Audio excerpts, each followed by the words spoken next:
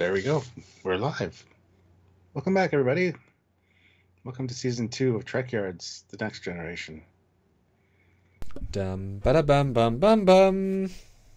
Just have my kid here doing this.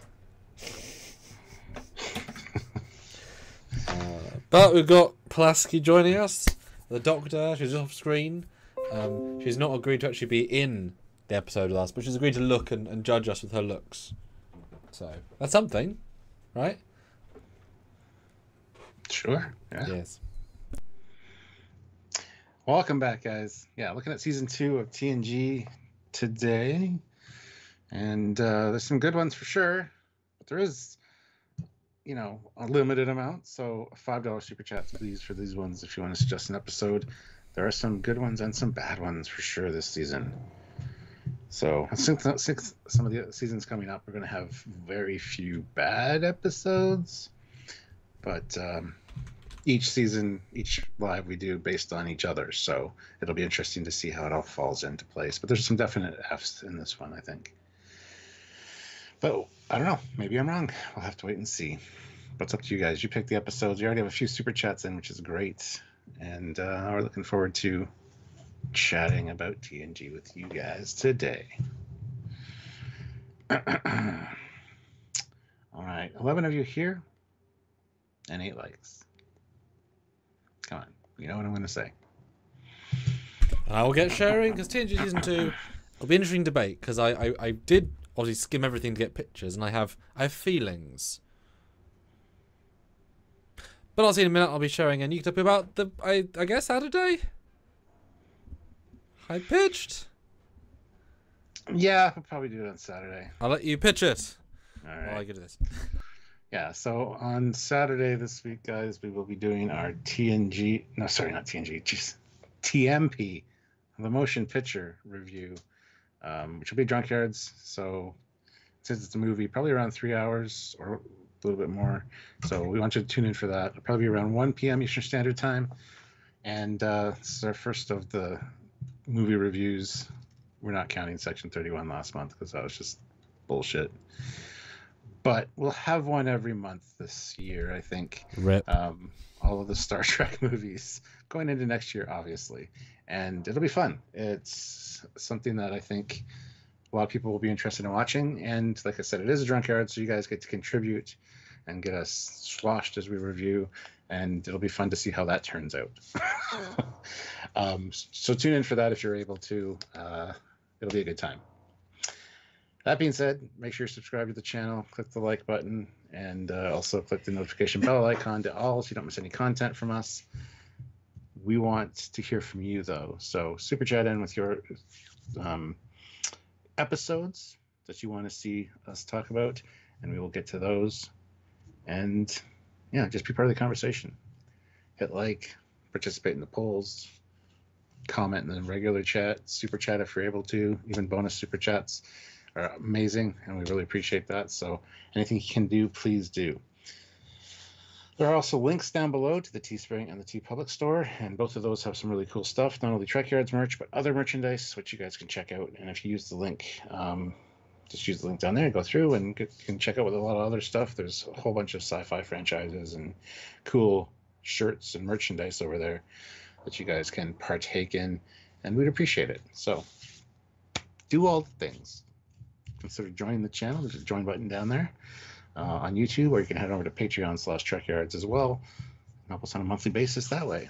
It all adds up. It all helps out, and we appreciate all of it. So whatever you can do, please do. All right. Howdy, howdy. Howdy, howdy. So, TNG Season 2. Yes. What conjures into the mind? Oh, nothing specific, honestly. Yeah. It would be hard for me to say that an episode is specifically Season 2. But again, it's still looked down on as a season, like Season 1 is. And I really don't think it deserves it because there's some fantastic episodes.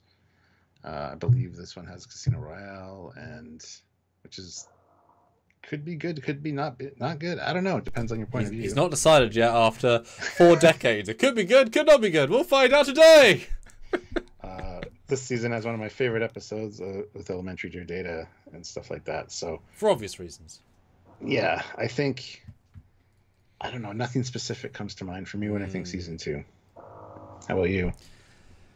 Yeah, definitely. When I looked through it, I found myself being unexcited in general, which I was intrigued about. So, like a lot of mid and under mid, right? As if the swings in season 1 were more memorable, and they failed for different reasons in season 2. But a lot of the season 2 isms make, at least in the initial go through, feel a bit more flat. So I was not super excited. That said, of course, some strong ones. But, and this is not necessarily their fault per se, but the team that did season 2 is a different team, season 1 and later teams, and the whole season has a very grainy, muted colour look, which looks substantially worse, to my opinion, than the more restored, refined 1, 2, 3, 4, 7. So it's a less visually pleasing season to look at. Now, yes, that might be more true to the actual the footage. It was grainy, but it looked to me substantially less vibrant and interesting. And when we did these reviews, we did them, I think, back to back, day to day, and we were like astounded by a comparison, like the bridge, 1 episode apart, and it's like, oh my god, it looks so much worse because the color grade was less dynamic and whatever. So yeah, kind of like you know what I mean? Yeah. Mm-hmm. So subtleties, like the changeover into more better quality, is what you think of. Yeah, but they could easily make the season look like the other seasons. They just didn't, right? So it's a very unique season in that regard. I definitely. Well, the thing is, it's the Pulaski season, right? So it's everything you don't think of as being in every other season is probably in this season. when you don't think like classic refined Trek, this is the season. So it's gonna have a lot of the oddball things, but some very iconic ideas.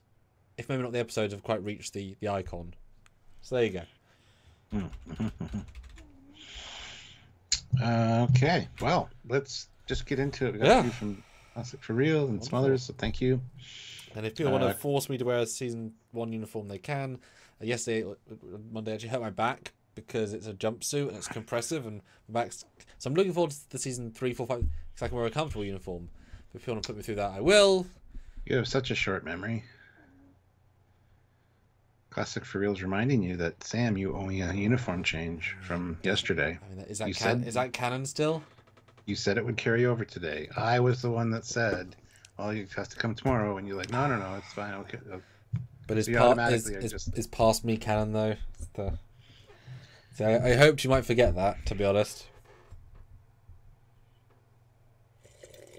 Didn't. Let's get a couple in the bag so we can go through them. All right. Classic for Real, $5. Shades of Grey, bestest episode, blah, blah, blah, blah, sarcasm. So many people want... You can do it. There you go. All right, so this is the clip show, the finale of season 2, and it just makes me realize that I'd rather be watching other episodes of TNG. That being said, I mean, the little story they crafted to get Riker into this situation where they have to access his memories is interesting enough. He gets stabbed in the leg with a thing at the beginning when the majority are down on a planet. And yeah, it turns out that activating certain memory engrams produces different things in the brain, which actually affects this virus.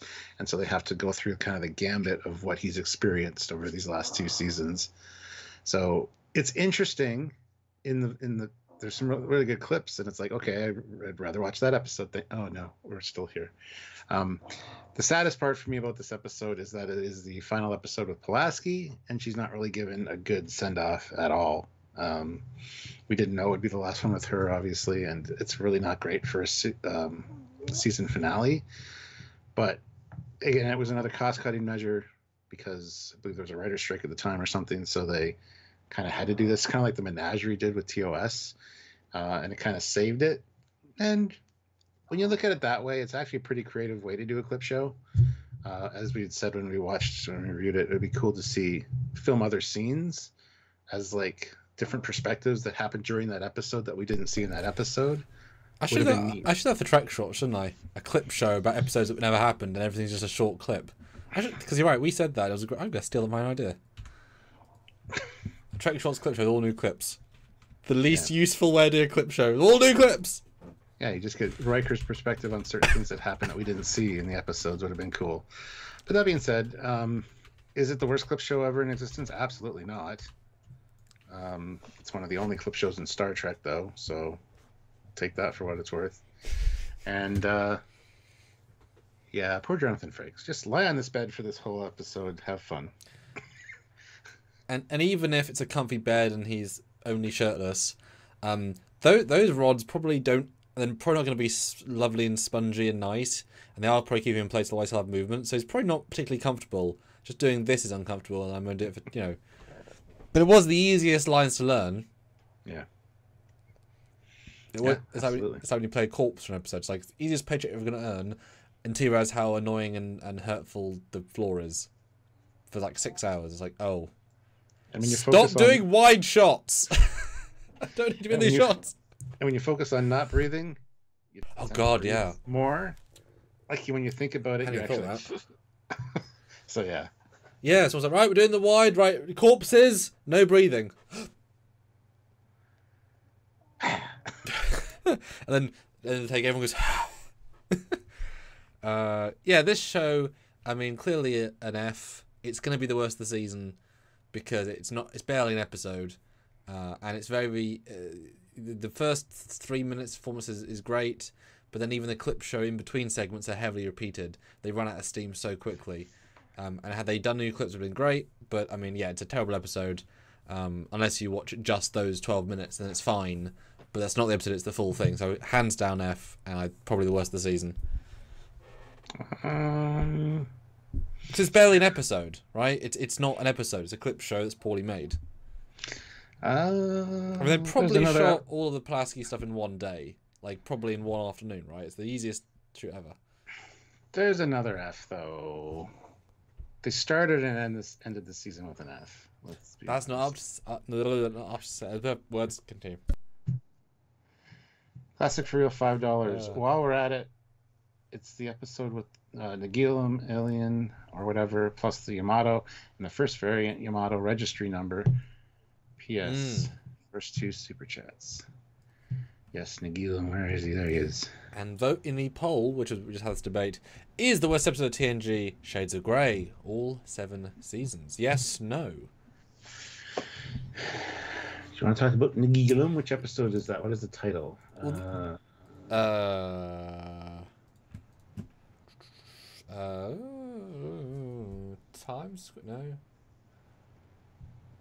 The Icarus Factor?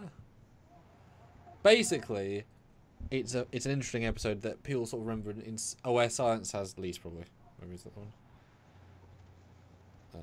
Yes, it was the second episode. Yeah. So this episode is famous for introducing Worf's fighting aliens, which are all pretty great.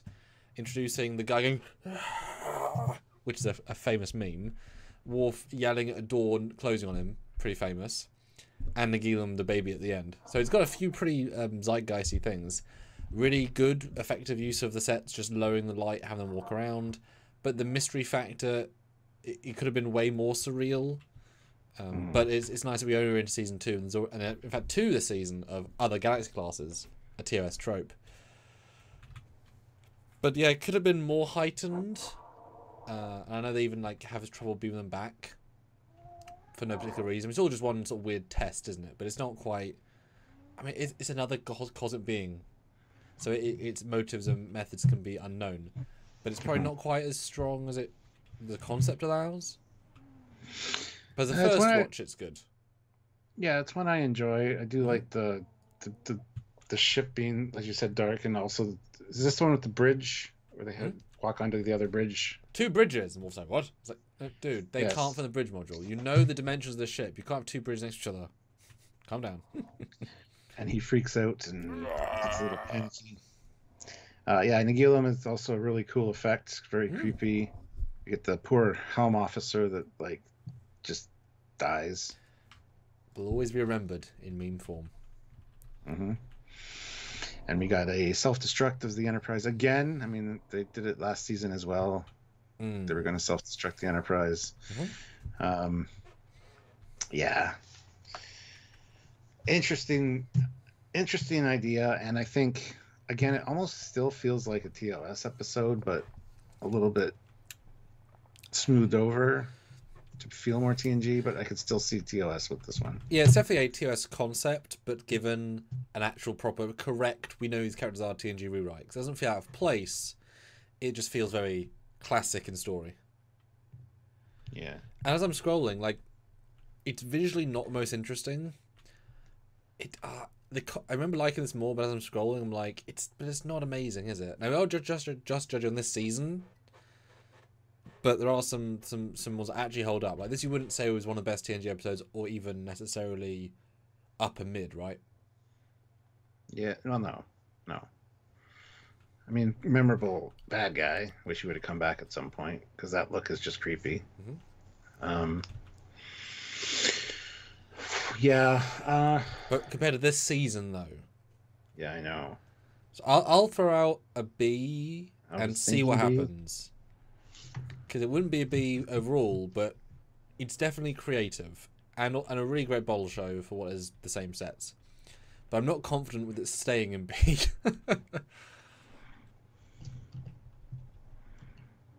Yeah. Well, we'll see. We'll see how it goes. All right.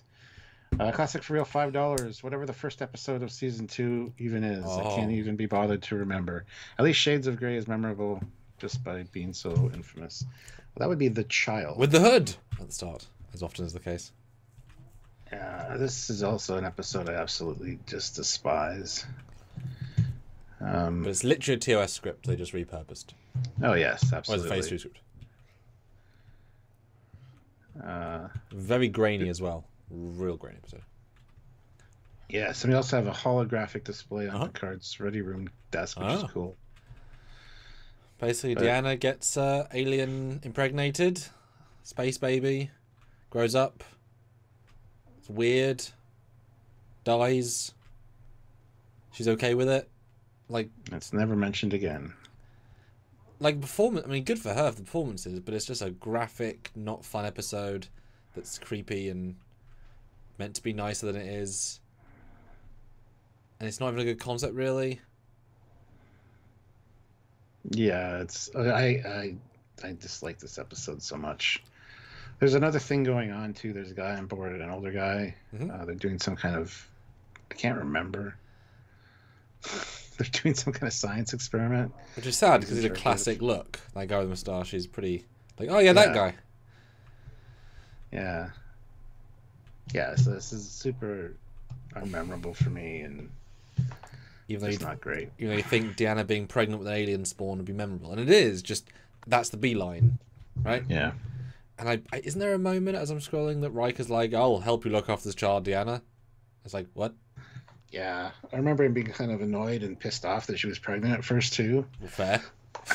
I mean, and yeah, and then it's like, oh, I'm just gonna go die now, mommy. Okay, bye. I mean, this is probably a great episode of TOS with like either Uhura or Chapel. Like, really give them a strong episode as the core. Oh, Yeoman Rand. Well, I mean, yeah, sure, but I mean, give the legacies, or give the higher ups would be fun. But yeah, it just does not inspire. I don't think I hate it. Like, they're trying in a lot of ways, and there's a lot of really interesting lighting choices as I'm looking, and the guest cast is good, and Tenfold looks fantastic.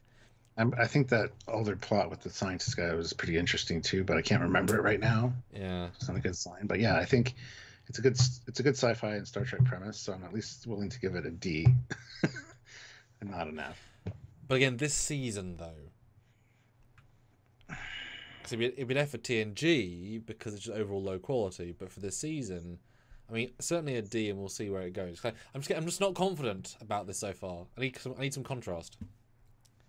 Yeah, go with D and see what. Well, that's fair. I mean, yeah, some of these first ones are questionable sometimes because, yeah. Yeah, interesting. And if you disagree, let us know. Oh, Jason says, "Child's still better episode than Section 31." Yes, this is true.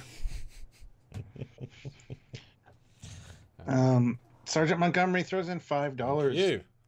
Up the long ladder, classic Trek storytelling, and Riker's high-strung libido. He definitely chose the blue pill.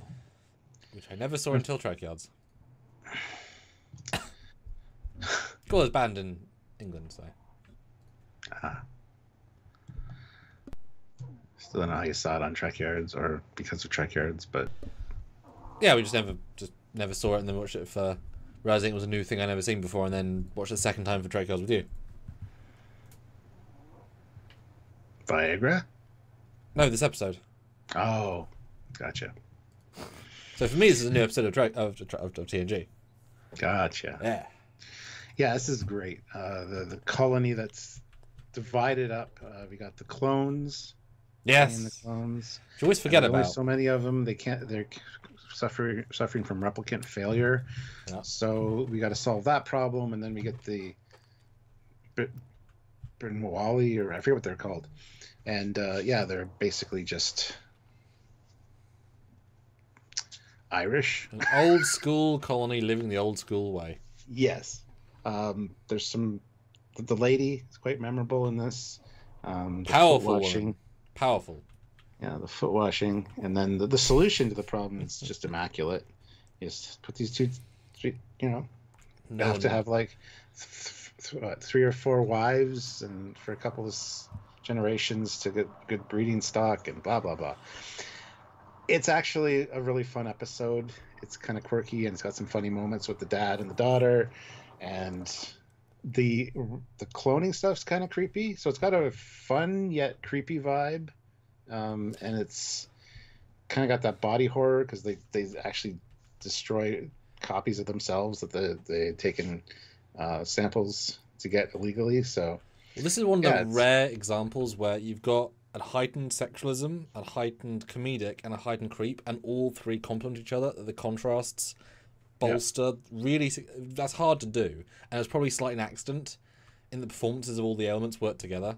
Just want to throw in like the contrast really worked to the benefit here. Mm-hmm, mm-hmm. Yeah, so I mean, and I like the idea of the colony split and one going full technological and doing the cloning thing, and of course also the hiring of like triplets and stuff for this episode. Yeah, because that's cool. I mean, yeah. How many chances as triplets do you get to like be hired for something like this? And then the side thing of like the simpler life colony, which so and then reconvert, like you brought them back to where they were originally as the solution to the problem, which solves everyone's problems. So yeah, it's a really great Star Trek story, and I kind of like that.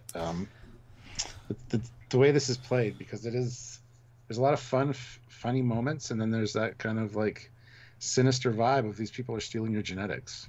So yes, I obviously Sean does not like this from Trek culture. Why? Because the Irish are terrible in this and hyper sterilized, stereotypical, and offensive, etc. And he's not to think that he's Irish, but wasn't intended to be necessarily. Irish too. Yeah, but he's more Irish because in Ireland. Like, yeah, for sure. Yeah, but also you're not easily offended. You know what I mean? Like neither of us are. So anyway, so that aside, it says not code of honor, but I guess to him it could be. Yeah, it's a very odd episode. Great cast across the board. Really memorable Irish actors. Very odd to see live chickens and stuff on the Enterprise sets, which obviously are just wooden sets, but for us it's a spaceship, and see the hyper organic with the hyper whatever. Really fun scenes in general, and they do lead up in the plot because they really have that contrast factor, like say, so that you feel as the audience like, oh, I know exactly what this colonist is going to have to deal with. So there is a reason for all the building up of ness. Great lady casting. Riker gets to be a lad, I suppose. The drinking scene with the Worf is great with the guy. That's really, really fun. The clones thing is hyper contrasty, and it works quite well. Real creepy to kill your own clones, and it's brutal. We were both shocked at the time. It's really, really brutal, and you are killing a sentient, living version of yourself to be, and it's like, pretty. This is an episode that if it was made in season 5, it would be one of the it'd be properly renowned for concept, but it doesn't quite do itself justice as it could have been, right? Yeah. But the idea, I think, is really strong. Oh God, this is a hard list. No, this is it. I know exactly where this one belongs. Oh God, where does it belong? For me, it's a C. Interesting. Like I said, it's an awesome Star Trek story. It definitely has TOS written all over it still. Like, this could definitely be a TOS episode. But yeah, I think this is a C. And if you look at the stack that we have, it just kind of fits right there compared to these 4. So I was going to say A. Why? Because memorable, great cast, great acting, great end, great tone shifts, lots of small memorable things, lots of unusual things. And as I was skimming through Nagilum, there's less and further between stuff, and it's a clear, more interesting watch. So I'll happily go on to B to compromise up, but I think having Doctor through the years so much that elevates it, that would be better had been made later. But it's really a fun watch, a lot of fun, silly, off-kilter ideas. Okay, put it at B then. Yeah, again for this season, right? Yeah, that's the metric. Okay. If you say so. Yeah. All right, what is next? This is a hard one. This is hard to scale. Classic for real, $5. Yes, at Devo77X. Someone needs to nominate a good one. Measure of a Man. Well, that's the easy one, isn't it? Yeah, it's S tier. It's a fantastic episode about the dilemma of, is an android a person with its own, right to do what it wants to do, or is it property of Starfleet? Yes. It's a court drama, and it's really good. Riker having to, play the prosecution, and you got Picard knowing the judge, that whole relationship thing, and then good arguments back and forth, for and against, and then the ending's fantastic, where Data's like, I'm not mad at you, Riker. You're doing what you had to do. And he's like, yeah, but I almost won. Don't you get it? Like, if I had won, yeah. Counterpoint, this shot.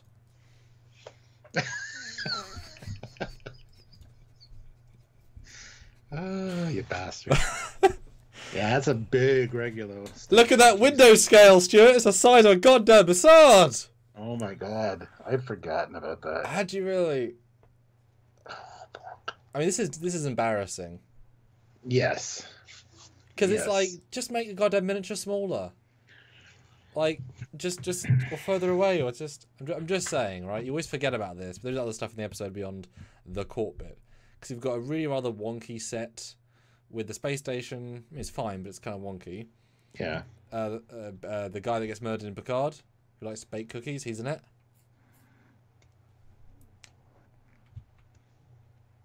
No idea who you're talking You know, in Picard season 1, the guy who's in this episode, who Jurati falls in love with, who's the prosecutor, but then ends up being friends with him for years. You know the name. I can't remember the name. He's in that. Oh, Maddox. Maddox, there you go, Bruce Maddox. He's memorable. The actor. I'm like, who the fuck are you talking about? Yeah, character. Yeah, Maddox is good in this one too. Just doing his job, right? They're all just doing their job. Yeah. Because that's the thing. There's obviously the right answer of he's our hero character, but they do actually give you both sides relatively appropriately, and the fact that Riker has to be the one to give the other side gives it a lot more credence. And I mean, lawyers defend their client, and a lot of clients defend guilty people, and they have to be sincere, otherwise there's no point being a lawyer, right? So they do that really well. It's a also gonna chess game. Take this time real quick to say 42 people here, which is great. Make sure you're subscribed. 23 likes, also good, but let's get up to 40 likes. I think we can do that with 42 people. It's easy. Also, go vote in the poll. We have 28 votes. Is the worst episode of TNG Shades of Grey? Yes or no? Well, obviously not. Code of Honor is, but that's the question, right? At least that's an episode of Star Trek, not 14 minutes of new footage. Sure. But as I am scrolling, I'm finding myself. The visuals and the visuals of the court are not very good because they repeat. It's just the Enterprise. It doesn't matter though. It doesn't. But in this sort of viewing where I'm skimming, it is a lot of close-ups in a dark room that isn't They spent no money on this. It's not a problem. It's a dramatic court drama, so it's the writing that really shines in this one, and the moral dilemma. I'm just reminded of the later one with Sati, where they have that great blue wall behind Picard. It looks great. Just the visual of that court is far superior. Drumhead, yeah. But that's not. I'm just saying, right? From all we can do is skim in this format. Yeah. No, it's an S tier. Yeah. There's no sense even talking about it. It's fantastic episode. Well, it's an S tier with a good amount of C in it. It's just the S is like, say the end of forever S, right? Like you never think of the stuff at the start with the Admiralty. The S is so hard. Yes, well, exactly. Pretty much. Yeah. Oh, done. Okay. Olivia Julius, $5. Peak performance. And Dan points out there's an extended version of Measure of Man, which I've also never seen. Yeah. It's already plenty long. Doesn't need to be any longer. Which one is peak performance? It's the Hathaway. Is it? Mm-hmm. Okay. That's what I was wondering. The second Constellation episode. This is with the strategy guy and the game Strategem or whatever. This is War Games. Let's get this old broken down Constellation class ship and get it up and running, Riker and your team. And you got Wesley being a little sneak and going and getting some antimatter and cheating. Well, I know. And I love Picard. He's like so proud of Riker. He's like, oh, you bastard. You got the little game between Data and the strategy guy, which is great. And Pulaski. This is the episode where Pulaski is like not hating on Data anymore. She's very much like they changed her character because she came across really awful at first. Well, it's episode 21, so I've learned, having filmed with her for several months. Yeah. Some really great ship shots in this. You get to see the Bridge of the Constellation, which is always great to see that era. And it's different, too. Yeah. Yeah. Lots of good stuff in this one. I really enjoy this one. It is a fun one, for sure. Now, I think if you take away the moral message of Measure of Man, I think this is a better episode. Yeah. Because it does a lot more with a lot more. You've got it feels expansive. You get a lot more character work from a lot more people. Put decent amount of time to the Bridge of the Hathaway, and the engineering they build, the camaraderie between it, the fact that you learn about the war games, the fact that Ferengi come in, the fact that you get the Gym guy, the fact it's all just world building, canon building, atmospheric and creative, interesting and textural. Measure of Man is some stuff and then a court case about being a sentient thing. It's much more one note, an amazing note, but this is really broad. And I'd certainly rather watch this for entertainment value. And this is definitely a season 3 or 4 level episode in the confines of how they filmed season 2. This is right like where TNG can be. This episode speaks to us. It's got a lot of Star Trek-isms in it. You also got Picard's awesome line of like, it's possible to make no mistakes in life and still fail. Because Data was beating himself up about. His solution is just don't try and win, just try and block him, and by doing so, you're relaxing in a way that lets you win because you're not trying to win, which is a wonderful thing. I also, as I'm scrolling, I love the camaraderie between Worf and Riker. It's such a strong piece for them because you know every variation you have to rededicate something to, and they come across as such brothers in this, like building into brothers. Now this is, obviously I'm going to say yes for this. I think this is absolutely, I would pick this as my favorite of the season probably just for what it does, and using what we have, the Ferengi and the Decora. It's everything. Budget wise, you Romulan, don't you? Because they simulate a Romulan ship at one point. Ferengi. And Romulan, I thought I said and. Yeah, and like I said, Pulaski's actually pretty good in this. As is Wesley. I mean, it's across the board, just really good. Yeah.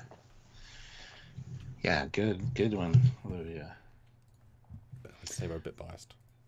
Olivia, again with $5, Q Who, where they meet the Borg. Hopefully they will never see them again. Unlikely. Yeah.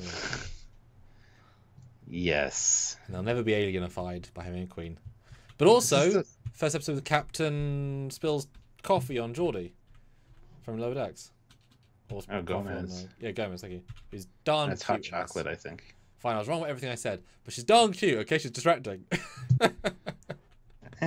She's alright. Which is more my type, so. Um, Ooh, that's a good composite.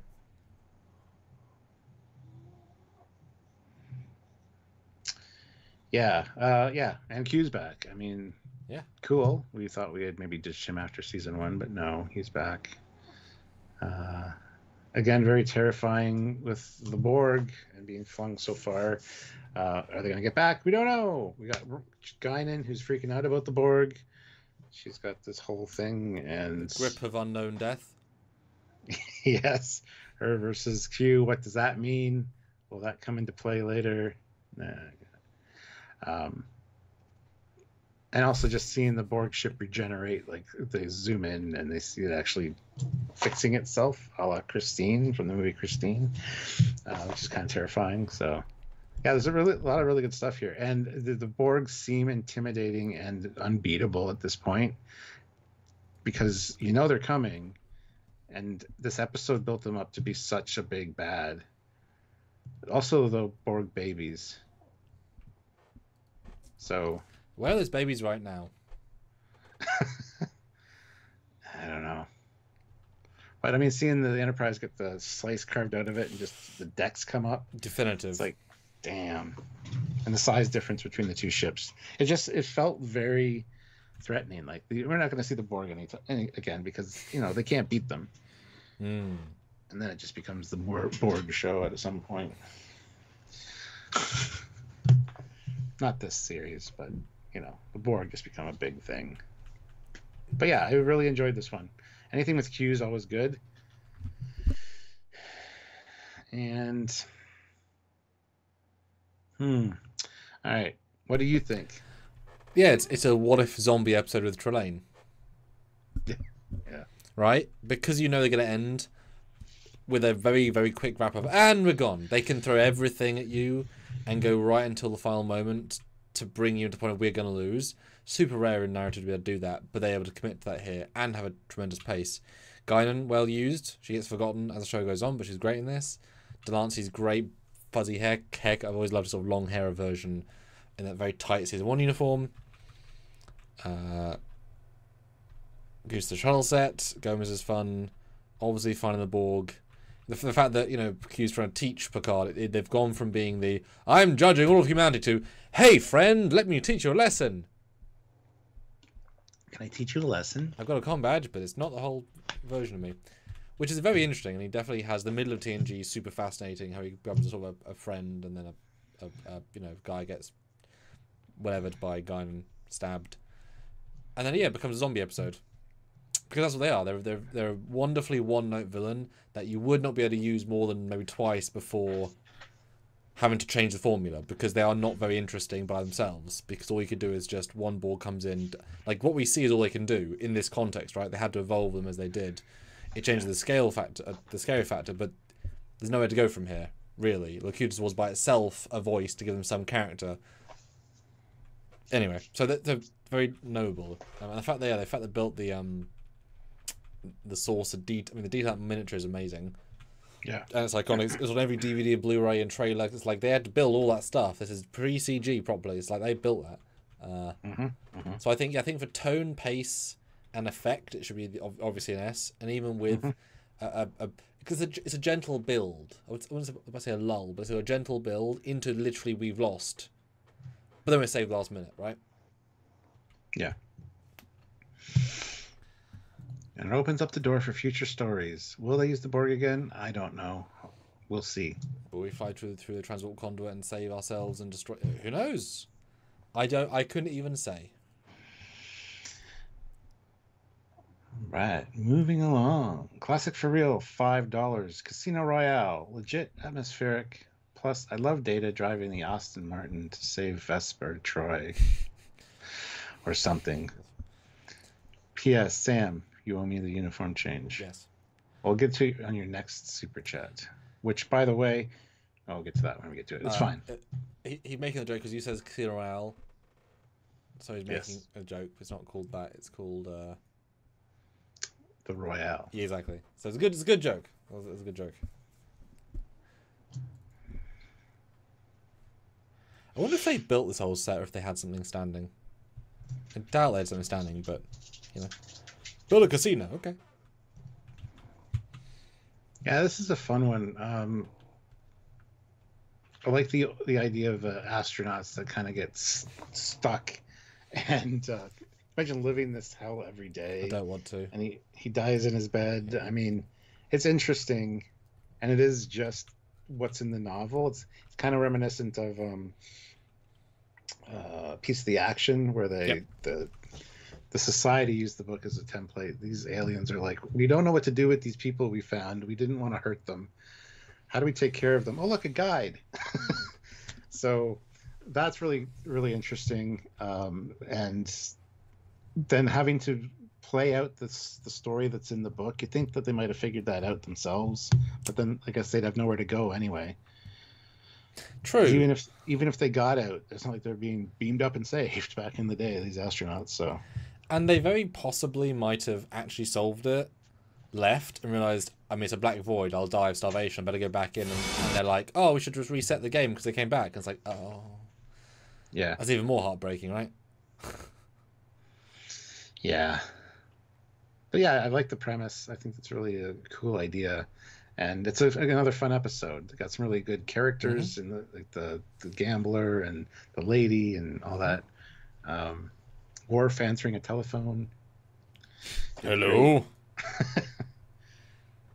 A lot of fun moments in this one. And yeah, a lot of people kind of look down on this one. It's one I really enjoy, just for the weird feel of it, the weird vibe of it. And just, I always put myself in the mind of those first explorers, those astronauts, like, and had to live your life every day in this would be interesting. Well, it's definitely a TOS episode, right? I mean, yeah. it's, but in a good way. And you could just verbatim put this in TOS, but change it for standing sets they had from another CBS production, right? No, this is a good episode. It's atmospheric. It's a good team, Data, Riker, and Worf, because they all have very, very different strengths and weaknesses, and they all kind of play well together. You know, one out of two fish out of water, but not quite. Good guest cast, committed to the bit. You if I was doing it, you probably could have had another book, and like there's two layers that once you finish the first campaign, the second one started, or even through in the narrative, the TNG cast find a second book, and that triggers the aliens to think, oh, they want to play the second, but they don't undo the first. So this casino planet fixer thing suddenly has, you know, the Predator from Predator, right? Something, and it just goes wonky, and then it's like they don't understand. You can't combine two universe. You know, like you could make it even more horrific and whatever. I'm just saying if you want to kind of a bit more visual variety. But no, it's fun. I don't know if it ever necessarily, like I often say, the roller coaster. I don't know if it ever necessarily like goes to a peak. Like it goes high and then never quite, you know, stays at a good flat, an entertaining flat. It doesn't quite have a. Maybe the end when he does the roll and, you know, he's cheating and they walk out. And it's, that's probably the big like, way. But it's literally the conclusion, right? Yeah. For me, this is a C, honestly. Because I'd rather watch the Nagilum one, I think, for Really? Star Trekkiness. And Up the Long Ladder, I'd much rather watch than this. This is still fun to watch. This is not one that I will not watch if it's just on, right? I will watch this one through. But like I said, I like the premise of it. It's just there are better episodes that are more enjoyable for me. But that's a personal thing. Yeah, I was thinking B again for this because I think the acting's good, the premise is good, the team up's good, the pace is pretty good, the story's good, the ending's good. Never Quite Reaches amazing, but I think it's one of my certainly one of the most unique and more interesting episodes of the entire season. Was my gut. I mean, we haven't found a C yet. I don't know if there'll be a line. Like I prefer this to Up the Long Ladder probably as a consistent piece, but there's more memorable bits in that. Plus it's doing weird things, right? Yeah, hard to Hard to wait. Why don't you talk to the people and see if they can find a B or a C, and I'll TNG it up because I'm. Let's read his next one before you do that. Okay. That's what he's asking for. Okay. But while you're changing, we'll decide what this is. Go vote, guys. Should it be a B or a C? Mm-hmm. Vote in the poll or vote in the chat now. And also, if you want to lock it in with a super chat, you can. The Classic Frills next one is $30. Never going to financially recover from this, but fine. Uniform change guaranteed. By the way, I expect 6 episodes now. No, that's not how that works. Which 6? I recall pack lids go fast, plus the remaining 5 shall be up to Olivia. No. Yeah. Give him 1. I think that's fair, but yeah. No, because the $30 is for your uniform change. He's already put in a bunch of 5s and got his episodes. We need other people to have a chance to put in what they want. So that's how it works. Okay. 30 doesn't cover 6 episodes and a uniform change. Right, I'll put you on the phone. Listen to the other side. And yes, come to what's it called? TMP. Well, I have no uniform for that, so I can't offer that. But when we start to get to Star Trek 2 to whatever, aha. Oh my god, yeah. Should I offer that for like yes, Enterprise? Jump into Enterprise C uniform. It's everything minus the undershirt. Great. All right. Bye. Thank you. See you in a minute. Yeah. Yeah. So vote in the poll whether you want the Royale in either B or C. We got a few votes already, but yeah, let us know. And as he said, make sure you join us on Saturday at 1 p.m. Eastern Standard Time, probably. It's for our TMP movie review, which will be fun. We're doing the director's edition, so the best possible version. Yep. And it's Trekyards. So if you want to join us and make us drink, you can do that. Also hit like, guys. 48 of you here, which is awesome. 33 likes. Let's get those likes up to 40. And go vote on the poll. 39 votes is the worst episode of TNG Shades of Grey. All right, let's see what we got going on for this one. We got a D. That was one of the options, Dan. C, C, C, B, C. Yeah. So C's are winning right now.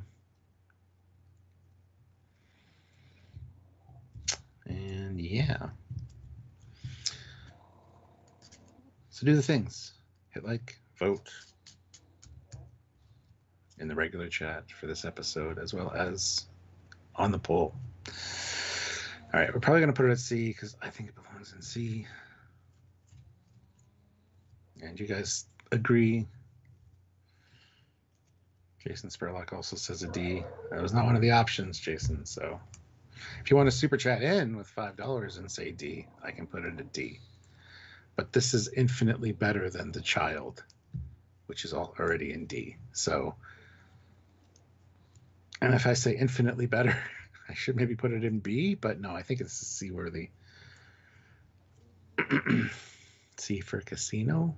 Yeah, that's what I was going to make that joke when I finally put it in C, Mark, but thank you. Feel free to jump to the next episode X, says Sam. Okay.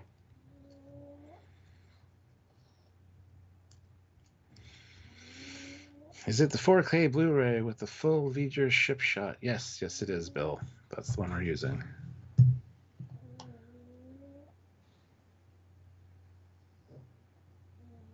It is infinitely better than The Child. Then The Child should be an F. Yeah, but Sam said it should be a D, so you know. I never did say that, Sam, so.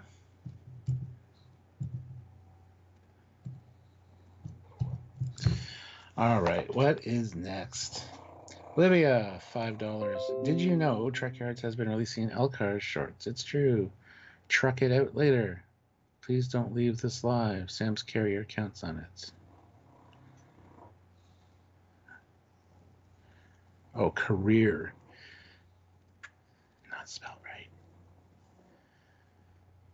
All right, Brett Dean, Shout Section Big Band, $5.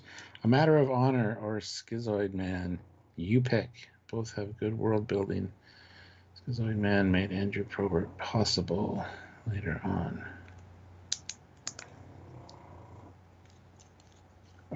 Andrew Probert, wow. There's my dyslexia kicking in. Schizoid Man made Android Picard possible later on. Yes. We'll do Schizoid Man.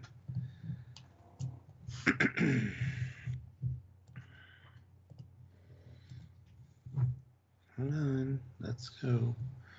There we go.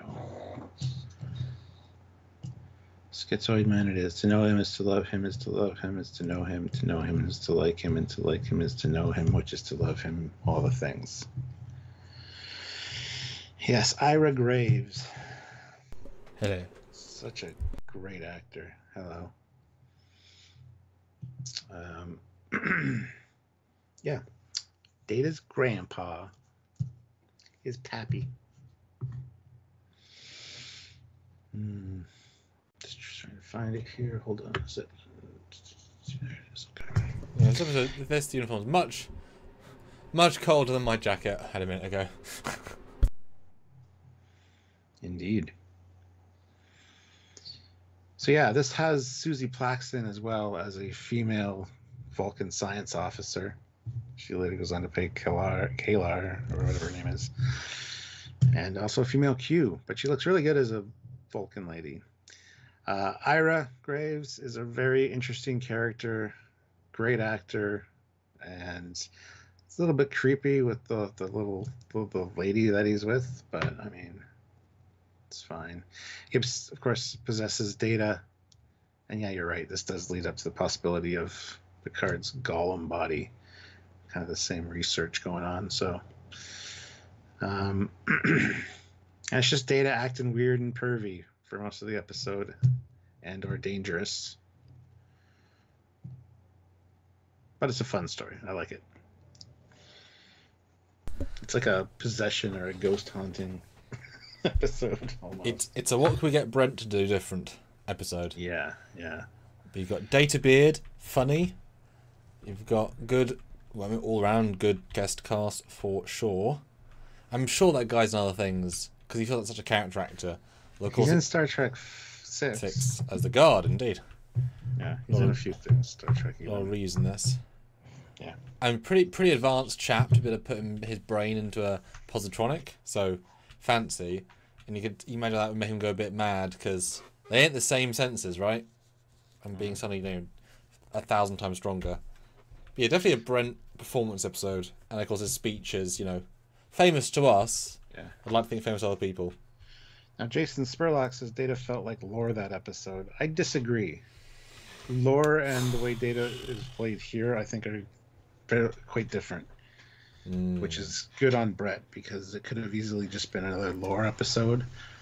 But he comes off as creepier than even Lore. Would you say it's shades of Lore? 50 of them? No, I was thinking grey. Yeah. Yeah, I disagree. I think he's playing a creepy Brent versus because there's no Superman to him. There's just Guy.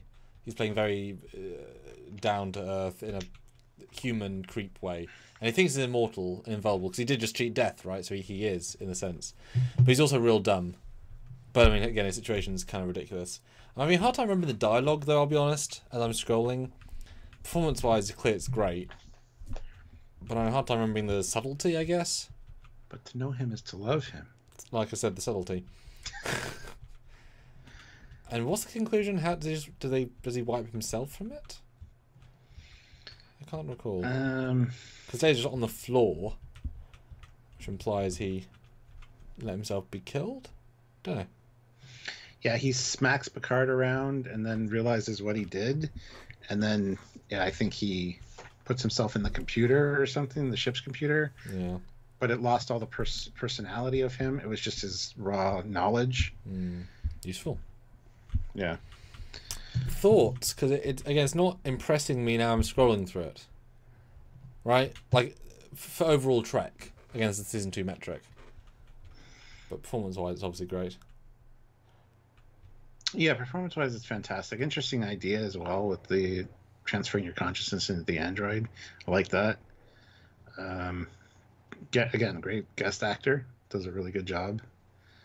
And Brett, of course, doing what Brett does. Top marks.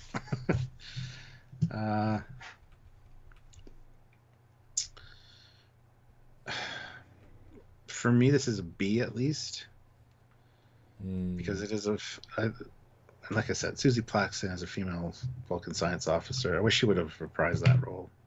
It really suits her, actually. She's not it very much, though. She really is just a guest actor who was just like, we plucked an extra from the lineup and then they happened to be in it again. They're in it, you know, ending as of like 14 minutes in.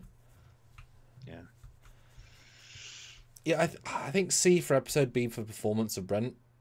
Because that's the entire thing that drives it, right? There's nothing much else in the story except him owning the story, right? Like, there's a lot less character to this than other ones, potentially, but it's the one thing, right? The A plot that owns it. So what are we picking, B or C? I think B is good. Yes, I think B's. So this is definitely on the quality of all the other ones in B. Yes. Yeah. But that's the thing. One thing can be that special. It's just the overall, it's potentially weaker, but it's doing some things better. Oh, gosh. These metrics are difficult for season 2. Yeah. Hence the debate. And no A's yet, which is interesting. And 4 more votes in the poll, then I can do another poll, which I'd like to do. So let us know. Andre Benson, $2. They will be coming. A haunting phrase by Picard. Yes. Dun, dun, dun. Yes. Olivia Julius, $5. Bring Shades of Grey to D. Let's see if we can get it to S tier. You do have the power. You are Grayskull or P-Man, you know. Yes. Oh, dear me. Alright. Just up arrow on it, because we would not do that. But I do like the idea, though, of doing a clip show, new clips. That is entertaining.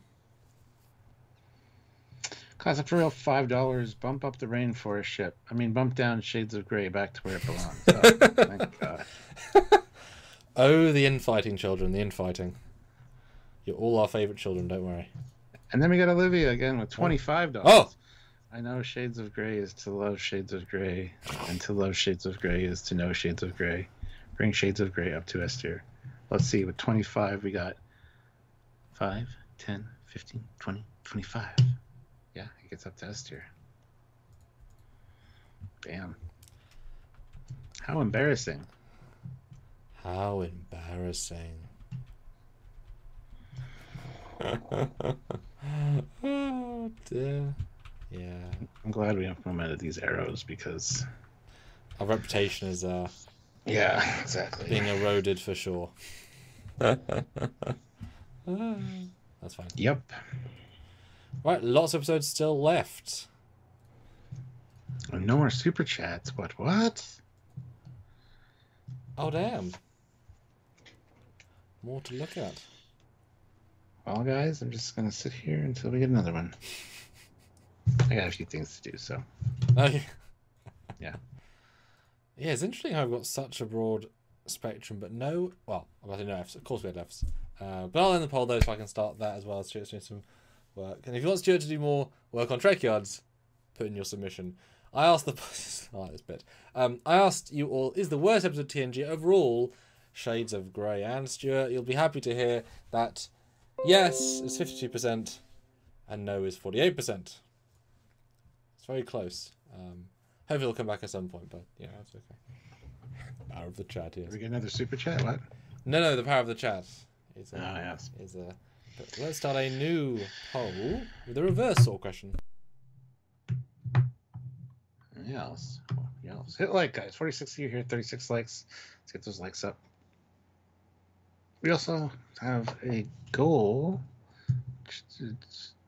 Timer ended before reaching the goal. No, we didn't get our goal. I just didn't get that because I did it a while ago. Now I've triggered it properly. Yeah. Okay. Oh, we got Classic for real with $10. Okie dokie then. Matter of Honor. and Samaritan Snare. Matter of Honor. Which one is this one? The Klingon Burrell Captain swap people one. Yes. Come on. If the picture would move, that would be awesome. Come on, slides. Let's go. All right. So the officer exchange program. This is a fun episode. We get to learn a lot more about Klingons. We get Riker being hit on by a Klingon lady. She would break him. Yeah. We get a benzene, whatever the hell it was. Yeah. And a weird corrosion on the bird of prey, which he scans. And I love how it becomes like all conspiracy. Like your ship scanned that particular area for this amount of time. And Riker's like, dude, I'm on your ship. They wouldn't have done anything to your ship. I just love the way it kind of spirals out of control, and then dude gets in trouble for it on the Enterprise. It's like, you need to notify people of these things. But no, it's a really great episode for the Klingons. You get to see how Riker earns their respect by kicking the crap out of some people, and it definitely is a ship I would not want to be serving on necessarily. Can't say as I really enjoy the Klingon vibe. But he goes full hog. He eats the gach. He's like all into it. He doesn't show any signs of weakness. It's really great. Yeah. Yeah, it's so nice to see Klingons as friends, not even frenemies. This is with the cultural disconnectivity, because the last time we fought Klingons or saw them was where they fought them in season 1. Before that was Blurry, yeah. TOS. This is probably the first ever friend Klingon episode ever, and it's really fun. Great guest actor who plays his friend Klingon, iconic, the guy from X-Files you call him. Great captain who's actually Packard, I believe, it also in Samaritan Snare. I believe both in the same season, which is kind of crazy, but different makeup. Yeah. Great use. I mean, I'm scrolling through. The Klingon sets are really well filmed. You don't know what the hell they're meant to be necessarily space-wise, but they look exactly as you think Klingons would, so they didn't have to build like consistent, these are the corridor of the... No, it's fine. But they feel it's really well shot. A lot of zooms, a lot of low depth of field. It's pretty unique. Benzai guy was excellent. It's not the same guy as the other guy, the same actor, the same makeup, but it's not the same guy. But that's all good. And the fact that Riker takes over is pretty fun. All the fun, really. And I guess he has that twice, because peak performance is as well. So it's two different capturing another craft this season. And the Pulaski Gach scene is great. The phaser practice scene is great. Oh, yeah. I think this is straight to S. I think this is a really strong episode. Just super unique, super fun, really well shot, great guest cast, really atmospheric. Yeah, this is great. And yes, for Matter of Honor and Samaritan Snare, which we have the same actor playing both captains here on screen. Yeah. The pack look, you can tell. Versatile. Yeah. Introduction of the pack lads. Little did they know they would become so bigger dangerous. bads than the Klingons. Yeah, well, yeah. Samaritan Snare, yes, the Packlids get introduced.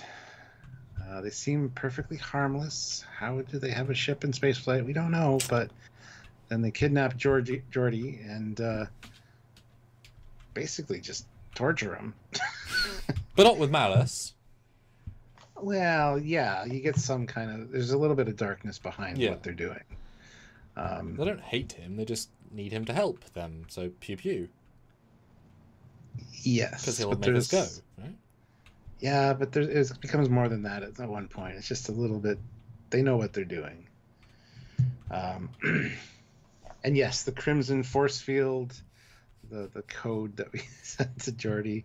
And Geordi's like, look, they're going to blow us up. I need to... I'll help you. Yes. Yeah, exactly. I'm on your side now. You've convinced me. It's fun. It's a fun episode. The introduction of the Packlids. we didn't know at the time. Come on, Lower Decks, they did us good. Yeah, this is significantly better now with all the extras. Yes. You know, this really helps add the mythos to this. This also has hot chocolate girl in it. Yeah. Yep. Yeah. I wish she was more of a regular, but you know. That's okay. Yeah. Oh, this is also where Picard and Wesley are in the shuttle together. Yep. This is the whole operation he has to go to have. Mm-hmm. Yes. Because rather than just warping to the starbase, let's spend 3 days in a shuttle in a life-threatening operation. Great. And he doesn't want Pulaski to be a part of it, and he doesn't want the crew to know, and it turns out that they need Pulaski to go in and save the day and save his surgery. And, you know, having surgery in the Enterprise Sea Bridge.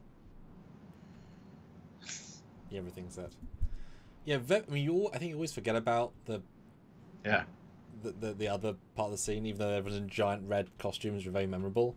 Because Packers are really kind of not overbearing, but they're memorable. Yeah, really interesting episode. I mean, big swing to go for a dumb alien, because, you know, I don't want to say the quote 'cause it's a bit mean, but, you know, Ben Stiller in Tropic Thunder, right? They took that advice early. They don't go full. There's something there still. Oh, they start off as kind of cute and harmless. Yeah. And like kind of adorable, and then they get kind of sinister at the end. Yeah. They do know what they're doing. They're just very clever at doing it. Although it's very similar in that sense to the initial setup to the one with the drug pill from this first season. Very similar. How do you even have a ship, right? But good use of set. Clearly just the Bird of Prey bridge they just invented, but that's fine. Packard casting is great. Very memorable. Makeup and fat suits are fun. A good Geordie episode as well, actually. He gets a lot of good screen time in this to do some unusual things. And the weirdest shot of the fucking Enterprise at the end. It looks awful. It doesn't look... Oh god, yeah, that is horrendous. I don't know what it is with it, Everything. but I think that's a remastered thing. I don't know. I doubt it, 'cause that's not the CG model. That's broken, man. It doesn't look good. But it's again, this is a fun episode. Introduces the Packlids. We learn about Picard's heart problems. Get the story of how it happened. He got stabbed by Nausicaan. Who are they? We might find out. Maybe. Yeah, there's a lot more to this one than I remember for sure. Yeah, I would say this should dip into A. I think there's a lot of legacy and such in it. For this season, remember? This season.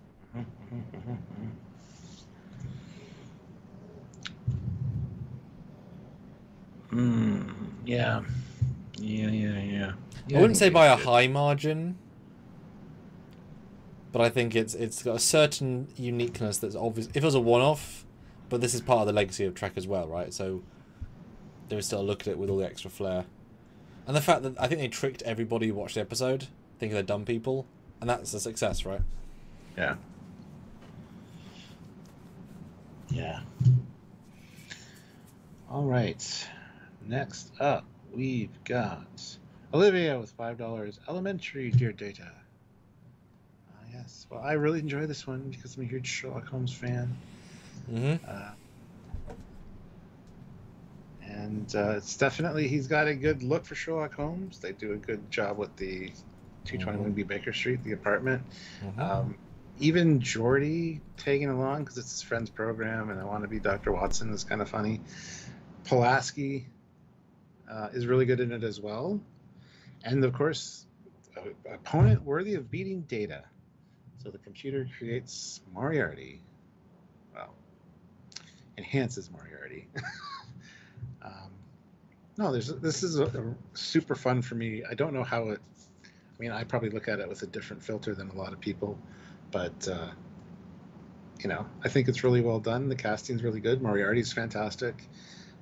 Who knows if he'll come back. I mean, he's a pretty good villain. Maybe he shall. Nope. It doesn't make sense. Doesn't make sense for he said he hated filming it and he said he'll never come back. And I think there's a quote from, "Not even in 35 years for a cameo in a dark corridor with a bird, I will refuse." Even that distinct offer. That's very specific. Well, he's a smart guy, and you know, he says smart things like that.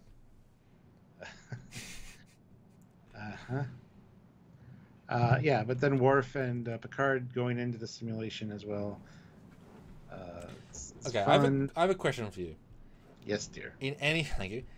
You're obviously going to say yes. Is there any ways this isn't an S in your mind? Just so we can have the other side of the coin, because obviously it's an S in your mind. Is there anything that doesn't do S for you? Before I jump in. I think I'm having to scroll through. First of all, I like that drawing of the Enterprise too. It's really a good drawing. No. This is a well-crafted episode, and even if you take Sherlock Holmes out and put something else there, I think it's very well done. I do like, as well, the bookends of it with the victory that Geordi made, the little model ship, and giving it to his former captain. Begins and ends. I don't know. There's a lot of. This is like a downtime episode where it's like they're not doing anything in particular, except at some point trying to survive because Moriarty takes control of the ship. But yes, I think it's absolutely an S tier. Why? What are you going to say? You're going to shit all over it? What's it going to be? Is it a C? Yeah. Okay. Well, comprise as a low B. No, I'm joking. Yeah, this is a very special one because it's one of those match made in heaven that someone just suggested out of the blue. What if it were Data and Data and Sherlock Holmes? And they thought for a second, okay, and it's like, fuck, that is a perfect. And had they not lost the rights and got pissed off, had that bullshit happened, a yearly Sherlock Holmes mystery episode, kind of like in Brooklyn Nine-Nine, the yearly Halloween, would have been perfect because they could have done some ridiculous things that, yes, it would have probably ruined the last episode because that distance makes it so powerful, but yearly episode of him doing some amazing, imagine the first scene of season 4, of this episode, George's like, computer, create a new Klingon themed Sherlock Holmes episode with the use of this ship, and it's like, it sounds very Lower Decks. But like that's what it would because the first segment is just so exactly that tone. Like Data's perfect, doesn't work, and they're having fun with it. Every actor in this I sort of associate with the role, right? Even Lashif, whatever his name is, the detective man. This is my definitive Moriarty because he plays him for me pitch perfect. Obviously, he gets the Trek knowledge, which kind of elevates it beyond the Moriarty character, and he's not really a villain, but just the idea of the genius with the look and the accent, that for me is the definitive of like that interpretation. Yeah, like I said, he's the perfect Moriarty because Moriarty wasn't really a villain. He was just kind of a mastermind genius that had other people do his shit for him. Pulaski's goodness for sure. The sets and costuming, they're just finding stuff and putting it on screen, right? But it's really effective. You can tell Patrick's having so much fun because this is like right out of his wheelhouse of old things he used to do on TV and film. Like he did this for decades, right? So he's really having fun here. And great concept. They push it really well. Could have some more space shots probably, but they're a bit before that. And the ending is very, very satisfying. That we'd have to end it with the violence. We can end it with a simple promise, which is doubly sad when you see later on that it's accidentally unkept because they just forget about him. I think this is an S. I think the pace is really strong, the acting's really strong, the costume's really strong. It possibly has a little bit of drag in the first part of the second half, but that's just setup, right? I think this is for creativity, it's probably the strongest creativity of the S's, but each S has something very different, right? Very, very different. But I think for what this is, it's S, and it's also unique to TNG because this would not work with Spock. So, yeah.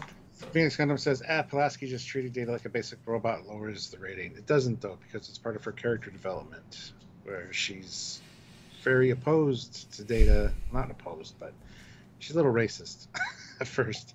And during the course of the season, you see the changes in her regarding him. And this is one of the things that kind of impresses her about him. So, well, he's the first living robot. It's a whole new thing, and she's quite old, and all she'd do was fight Control from Discovery, and she might have a thing against sentient AI, right? it's not identical, but it's closer to the Bounce Terror guy. It's like you look down upon him, but there's a reason he feels that way. She's part of the Zhat Vash. Fuck. Yep. She's a predecessor to Commodore O. Canon. Yeah. Yeah, she's part of the conspiracy. Which is very slow at killing him. Got to get all the information on him first. Gosh, when we have to invoke the Zhat Vash in TNG, it's like, oh, we've sunk to a new low, says the guy in TNG in this uniform with his neck. Yeah. Okay, can we get a slew of $1? Just pity dollars for the Zhat Vash Picard season 1 mention, because my heart just like, I went from this lovely bubble of TNG to bashing with some woman's head skull in with a rock. Can we get some $1 for pity? Would you give people money that had mentioned the Zhat Vash? No one's going to give us $1 for that. We should be paying them. I apologize. Is that an option? Why do you can reverse super chat? I apologize in. Just say sorry to the Great Koala. He is of course listening. I don't believe in the Great Koala. Oh, you met him in a fan film. Well, you didn't meet him. Yeah, but I don't think he's great by any stretch of the imagination. Space Koala then. All right, next. Okay, so next up we've got... Oh, come on, more votes in the poll, guys. Come on. Keith Jeffrey, 1974, 2 pounds. Shades of Grey, S, because Riker has a beard. Well, it's already an S, unfortunately. But yes, you're right. Wait. He's got the beard. He's always got the beard in season 2, though, so... Oh, okay. Yeah, my brain went, did he get the beard in that episode? And then they just happened to... No, okay.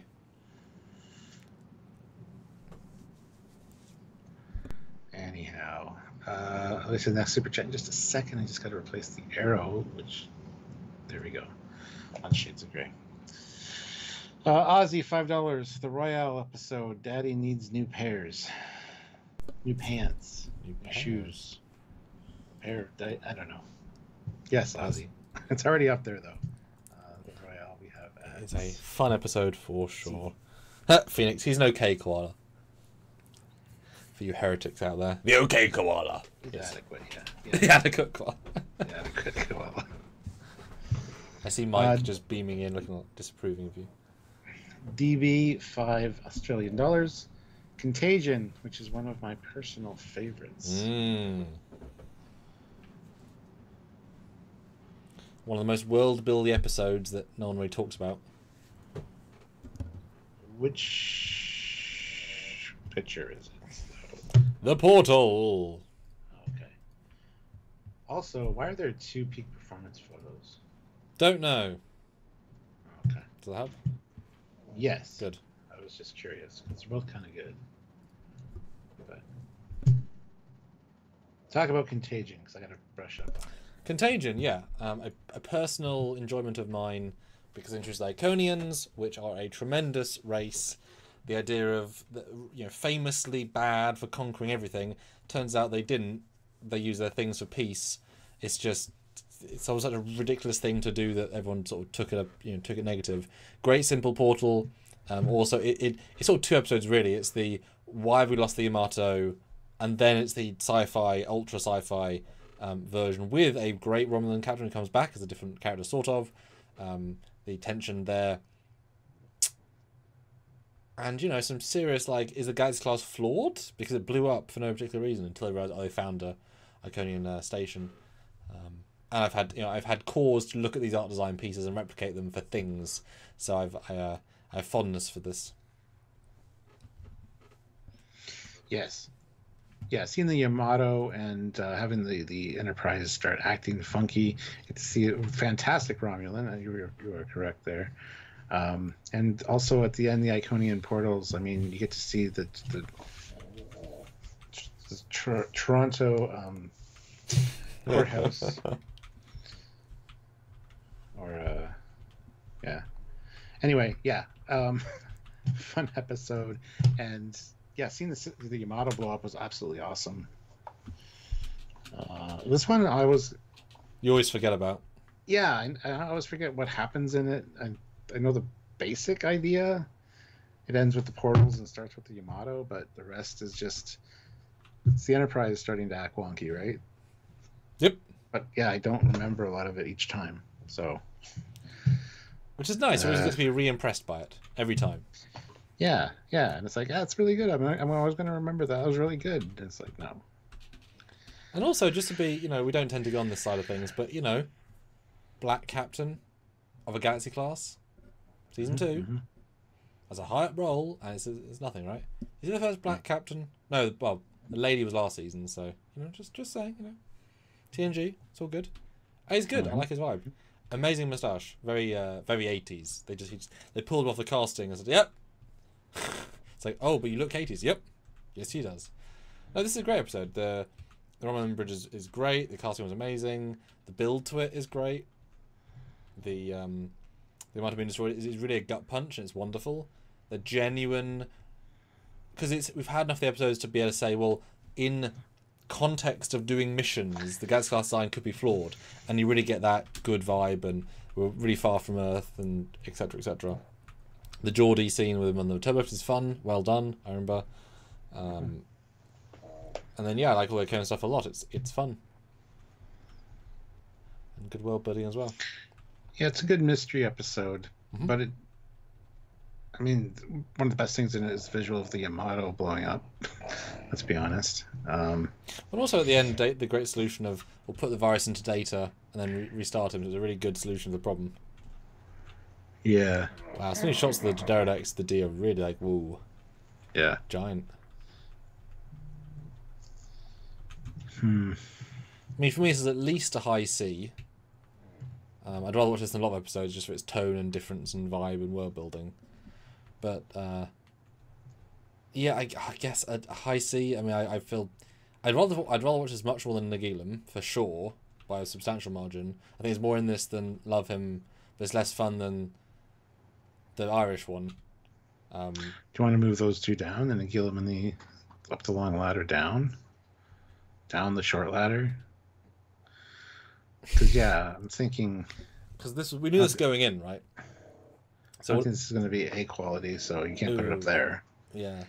So what are you saying? Maybe move down? Because we've now been slightly moved by things. Because the child is already so not good, but it's the casino morale is much better. Oh.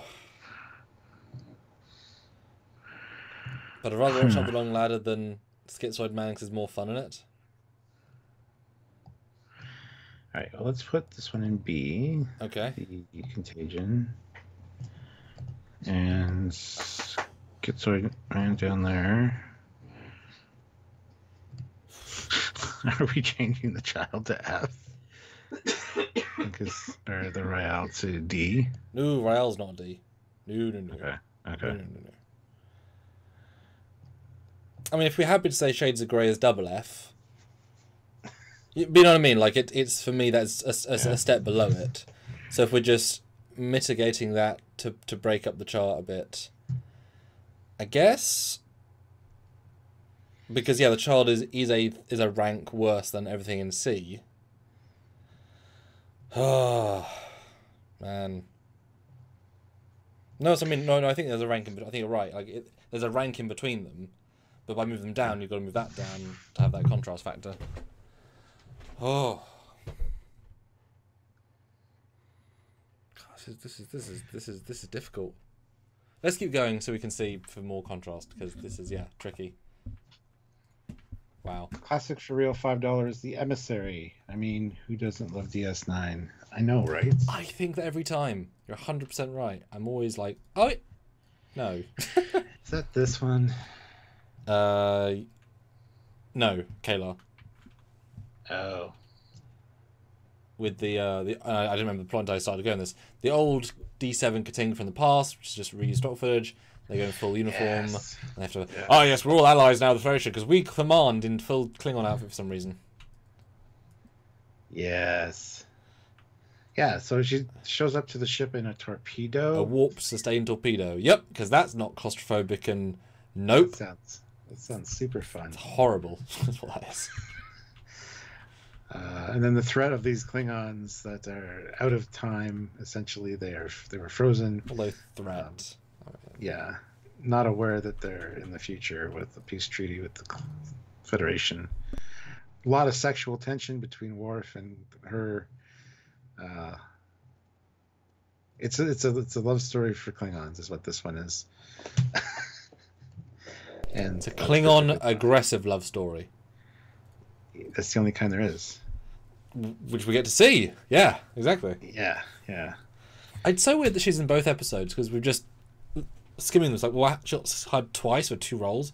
Like, if she's a fan of Trek, she's like, I got Klingon and Vulcan same season. Jesus, that's cool. Well, my Mark Leonard. It's the best thing I could be. An omnipotent, powerful. Oh yeah. Yeah. How do I go? Oh yeah. Yes. And then the dressing them up and putting them in command of the Enterprise. And the Klingon captain, he's in everything. He was in the A-Team. He was in all bunch of 80s shows. I love his voice. He's got a very good Klingon voice. He's got a slightly Viking vibe, or like biker vibe. Yeah, yeah. And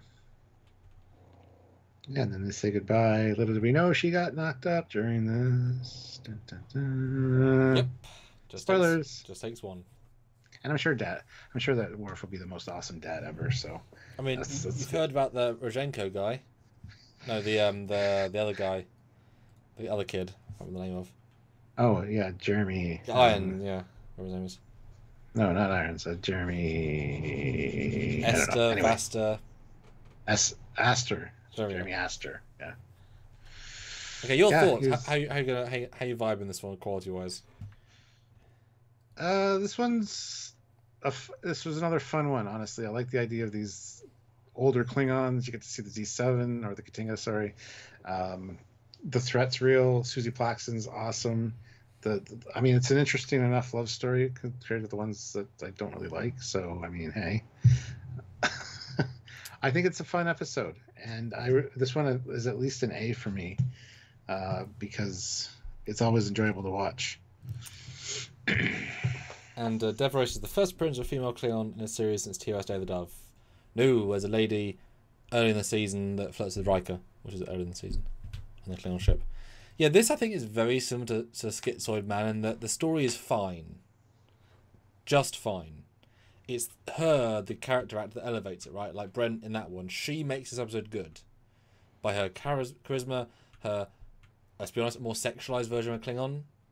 They went for a sexy Klingon and it's very effective. And she's sort of soft and interesting and got a lot of character beyond Klingon.